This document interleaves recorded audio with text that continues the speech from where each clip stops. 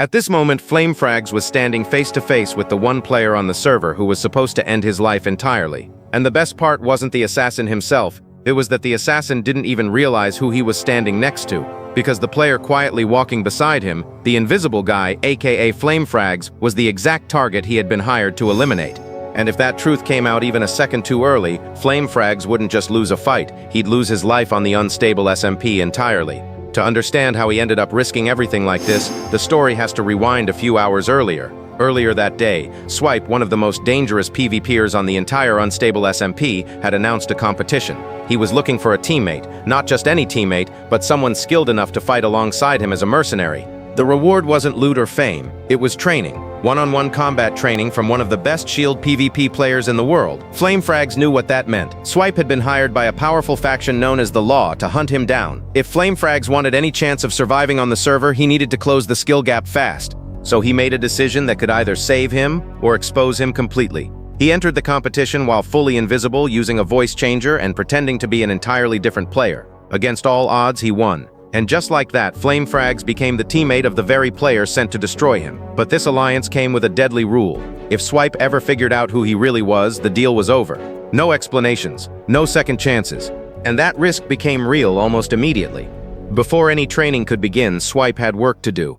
A mountain civilization on the server had been under constant attack by a group of bandits. Their bases had been destroyed, their members wiped out, and they were down to their final settlement. They didn't have much to offer in payment, so instead they made a promise. Okay, well how about this? The enemy team is extremely rich and powerful, and we're pretty certain that they have a vault somewhere, and if you guys find it, you can have anything you want from it. Like whether you kill them or you find the vault, how about that? We really need your help.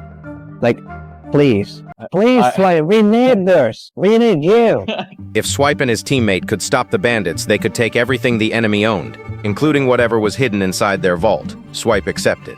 For FlameFrags, this was dangerous territory. He couldn't afford to kill anybody and get any direct kills. Kill messages would expose his name instantly, but if he didn't contribute, Swipe would quickly realize something was off. That meant FlameFrags had to fight without running out of invisibility.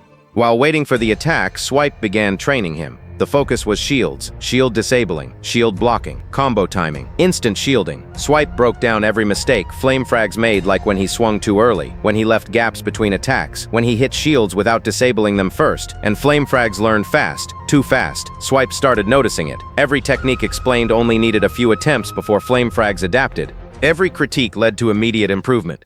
Yeah, I can kind of see every time I hit you back and then you're in the air and then I put up my shield, you instinctively just hit my shield with you. In that situation, you should 100% go for a disable.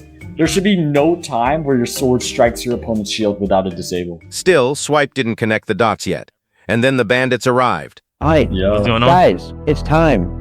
Listen, we have some scouts that told us that the mountain bandits are coming. They're about to attack us right now. The attack started without warning. Bandits poured toward the base, heavily geared, outnumbering the defenders. FlameFrags couldn't fight directly, so instead he became the setup. He baited enemies toward traps, knockback pits, dripstone drops, TNT cannons. His job was simple: pop totems, weaken enemies, and let Swipe take the final blows. But nothing went according to plan. Cannons misfired, armor broke mid-fight. FlameFrags fell into his own trap, nearly losing everything. At one point, he was trapped in a pit with no pearls, no totems, and enemies closing in. Swipe had to save him, and for the first time, suspicion started to form. Why was this invisible player surviving things that shouldn't be survivable? Why was his game sense so sharp? So, why weren't you, like, directly fighting them or anything? I was popping totems. I was fighting, bro. Yeah, I guess, bro, I guess. They won the fight, barely, but the danger wasn't over. After the defense, the villagers asked for one more favor. Another settlement had been attacked. They wanted Swipe and his teammate to check for survivors. Actually, can you guys head to another one of our villages to check on the villagers who were just attacked not too long ago? We want to see if there's anyone still alive. It'd be a village north, it's that way. Yeah, we can. Yeah. While searching the ruins, FlameFrags fell into another trap, a pit filled with armor stands and dripstone. This time, his invisibility wore off, and Swipe saw him. Not fully, but enough. The voice, the reactions, the movement. Everything lined up just a little too well. Yo, dude, we low-key make a really good duo. Yeah, bro, I think so, bro. Our, like, battle IQ, like, matches up, bro. Like, we just, like, understand. I would say I'm relatively smart at battling. Dude, I mean, that cart idea was just really smart. I'm not gonna lie. And when members of the law suddenly arrived with new information about FlameFrags describing his exact fighting style, the truth became unavoidable. The invisible teammate wasn't just skilled, he was FlameFrags. Yeah. That is pretty interesting. Swipe confronted him. Every detail added up. The fast learning, the outnumbered fights, the shield mastery, the cobweb usage. FlameFrags didn't deny it anymore. Bro, show me who you are. Has he like lied about anything, maybe? I mean, he's always just been super secretive, and I did catch him lying this one time when I asked him how long he's been practicing, and he messed up. He said 2 months for one of the time and then 4 months for the other. Like, dude. Oh, So there's nothing I can say to convince you? that's weird. There's just nothing that can convince me, bro. It's just too obvious at this point. Yeah, you'll have to show us or I have to report you.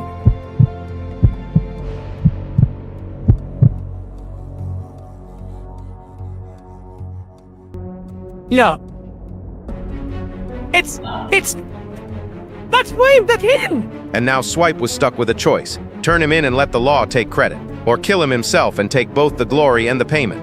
So what now? Well, Elite told me to hold you. You're gonna listen? No, I mean, I could, but honestly, I think I'd rather just kill you myself. If you want the credit that bad, come take it. Swipe chose the second option. What followed wasn't just a fight, it was a clash between teacher and student. Every strategy FlameFrags used was something Swipe had taught him. Every escape was calculated. Every delay was intentional. FlameFrags didn't need to win, he just needed time. As the law closed in, FlameFrags made an offer. Let's make a deal. Come on. What?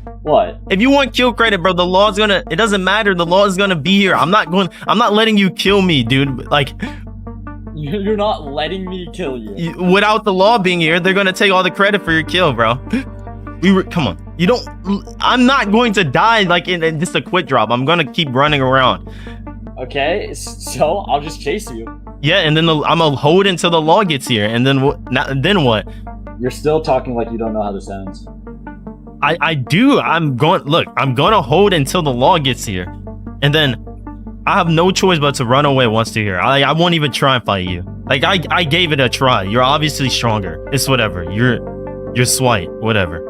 What could you possibly have to offer me? The vault. You can have their vault. I don't care about the items, bro. I know you need the resources a lot more than me. Yeah, it's like down here. Like, He knew where the bandits' real power was hidden, their vault. When they reached it, the scale of it became clear. Armor sets, weapons, supplies for entire armies, enough wealth to fund countless mercenary jobs. FlameFrags didn't take a single item. He gave it all to Swipe, and for the first time, Swipe hesitated. He accepted the deal not out of mercy, but because the reward was too large to ignore. what? I just What? want to give you credit because not many people can force me to wear this netherite set. I mean, considering, my status as a PvPer. But anyways, stand proud. You are strong. Thanks, bro. Well, I'm not most players, and like I'll give you credit for that. The training really helps with that, so I appreciate it. When this is all over, I think you should become a mercenary one day. I feel like you'd do a good job. I'll consider it. Yeah, my bad for snaking you out, bro. I just needed the training. Like without any sort of title, like I'm just. Oh, I have to go. Well done. Yeah. Well, if I could give you one piece of advice before you go, I train you in skills that helps in 1v1s. Okay? I'm probably the best player in 1v1 battles. I'm not as experienced as you in taking out, outnumbered fights. And to be honest, you do some pretty impressive stuff that I don't even know if I could do. But I can assure you, there's no player who can beat 100 netherite players with just a sword and a shield. Okay? You need to expand your weaponry. You don't know enough about the rest of the item, alright? Find players who can train you in different skills besides just a sword and a shield. You got that down already. Now you better leave fast, because this was only a one-time thing. And next time we cross paths, I won't let you off the hook. Alright, I'll keep that in mind. Thanks, bro. FlameFrags was allowed to leave, but only this once.